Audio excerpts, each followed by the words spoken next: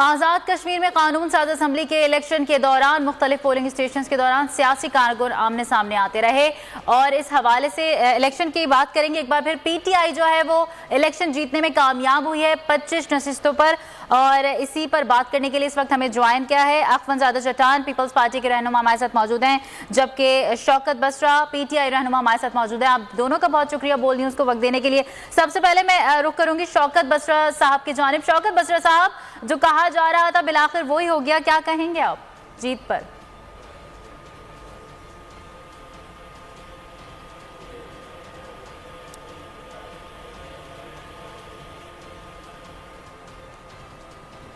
شوکت بسرا صاحب سے ہمارا رابطہ منقطع ہوا ہے. اپنے ناظرین کو ایک بار پھر آگاہ کریں گے. پیپلز پارٹی کے رہنما اخوان زادہ چٹان بھی ہمارے ساتھ موجود ہیں. اخوان زادہ صاحب, بہت شکریہ آپ کے وقت کا. ایک بار پھر بلاول بھٹو نے تو کہا ہے کہ یہ ہماری جیت ہی ہے کہ ہم 3 نشستوں سے 11 نشستوں پر کامیاب ہو گئے. بسم اللہ الرحمن الرحیم. دیکھیے جی, اگر آزادانہ صاف اور شفاف الیکشن ہوتا اور اگر الیکشن کمیشن صاف اور شفاف الیکشن کروانے میں کامیاب ہوتا, مجھے پکا یقین تھا کہ ہم 2/3 میجارٹی سے وہاں سے الیکشن جیتتے. کیونکہ کشمیر میں اگر آپ ڈیولپمنٹ کے سائڈ پہ دیکھ لیں, جن لوگوں نے کشمیر دیکھا ہے, جو کشمیر آتے جاتے ہیں, ان لوگوں کو پتہ ہے کہ وہاں پہ جو ہے, چاہے وہ کالج کا ہے, اسکول کا ہے, یونیورسٹی ہے, سڑکیں ہے, سازی ہے, جتنا بھی کام ہوا ہے وہ پاکستان پیپلز پارٹی کے دور میں ہوا ہے, یا شہید ذوالفقار علی بھٹو صاحب کے دور میں ہوا ہے, یا محترمہ بینظیر بھٹو کے دور میں ہوا ہے, یا مرد ظہور آصف علی زرداری صاحب کے دور میں ہوا ہے. اس طرح اگر آپ مقبوضہ کشمیر پہ جو موقف ہے, اس میں اگر آپ پیپلز پارٹی کا موقف دیکھ لیں اور اس کے لیے جو کام ہوا ہے, وہ بھی سارا پاکستان پیپلز پارٹی کے دور میں ہوا ہے. کشمیر کے جو لوگ ہیں وہ بہت انتہائی سیولائز لوگ ہیں, کشمیر کی تعلیم یافتہ لوگ ہیں. کشمیر کے لوگ زیادہ تر ان کے خاندان ملک سے باہر لندن امریکہ میں ہوتے ہیں, اور ایسا کشمیری نہیں ہے جو باہر کی دنیا کا وزٹ کر کے نہیں آتے, تو وہ انتہائی سیولائز لوگ ہیں.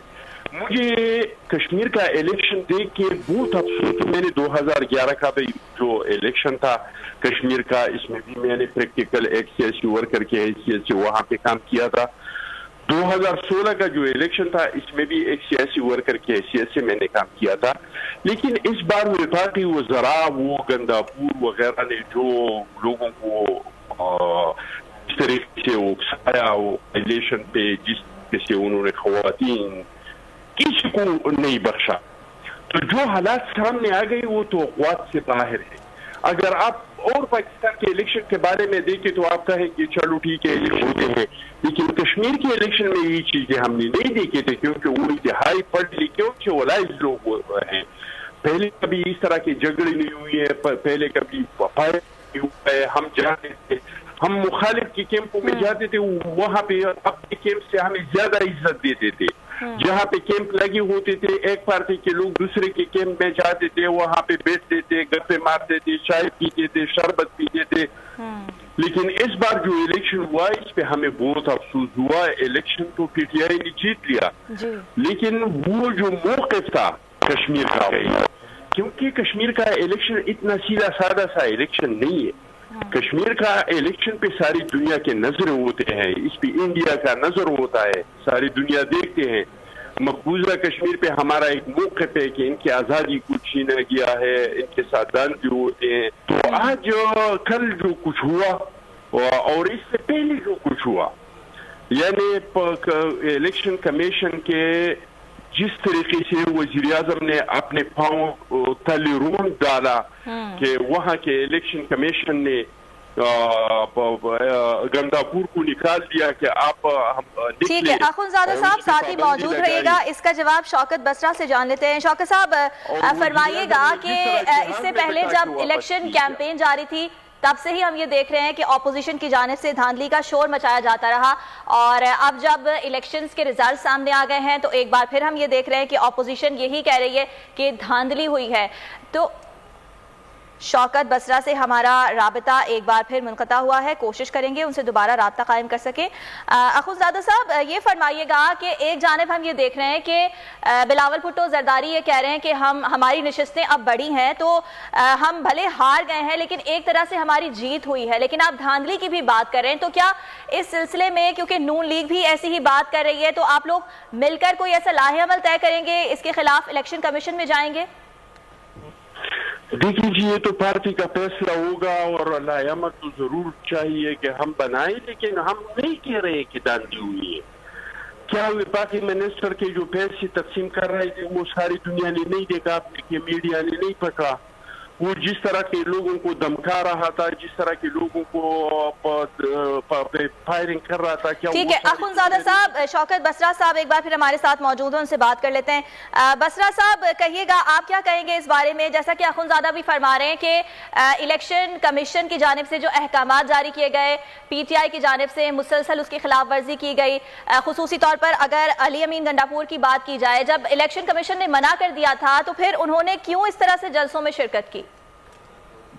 پہلی بات تو میں پورے پاکستان کو، کشمیری بھائیوں بہن بھائیوں کو مبارکباد دیتا ہوں کہ یہ جو الیکشن ہوا ہے یہ بہت بڑا ایک میسج ہے پوری دنیا کے لیے، خاص طور پہ جو ہمارا بدترین دشمن ہے مودی جس کو بلکہ مودی کہتا ہوں، کہ الحمدللہ کشمیری عوام گھروں سے نکلے، انہوں نے پاکستان پر اعتماد کیا اور تمام جماعتوں نے الیکشن میں حصہ لیا اور وہاں پر الیکشن منعقد ہوا۔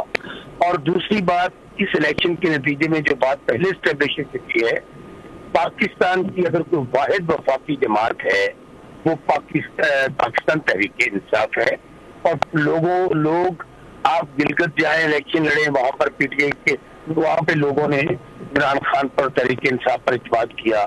آج کشمیر میں آپ دیکھیے لوگوں نے اعتماد کیا اور واضح میجورٹی کے ساتھ انہوں نے ووٹ ڈالے۔ اور دوسری بات، میں آپ کا سوال کا جواب دینے سے پہلے، دونوں پارٹیاں ہیں، آپ اندازہ کریں جن 11 حلقوں میں یہ جیتے ہیں وہاں بالکل دھاندلی نہیں ہوئی ہے، اور جن حلقوں میں یہ ہار گئے وہاں پہ دھاندلی ہوئی ہے، بلکہ وہاں پہ دھند آ گئی تھی جہاں پہ یہ ہار گئے ہیں۔